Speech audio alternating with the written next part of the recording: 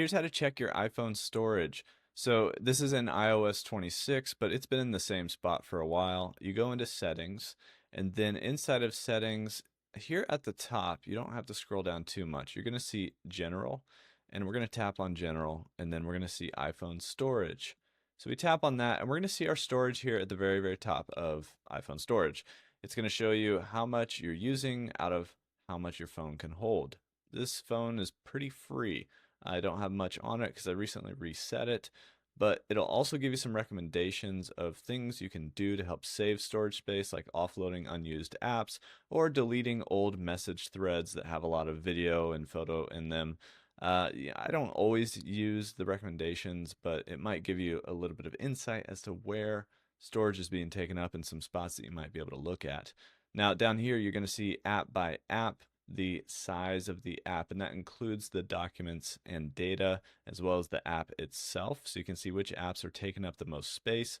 For instance, Spotify. If you download a lot of songs so that you can play them offline on Spotify, that will increase the app size because all those songs take up space.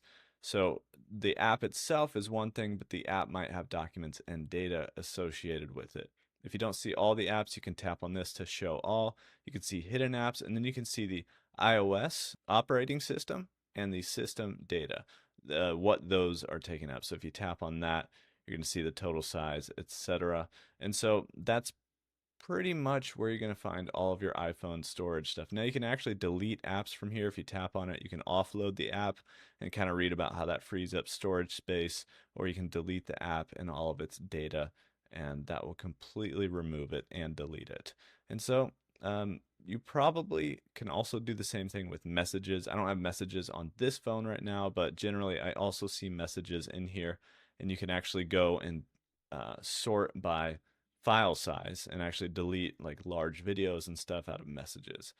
So that's another thing that you can do. But that's where you can check your iPhone storage on the iPhone.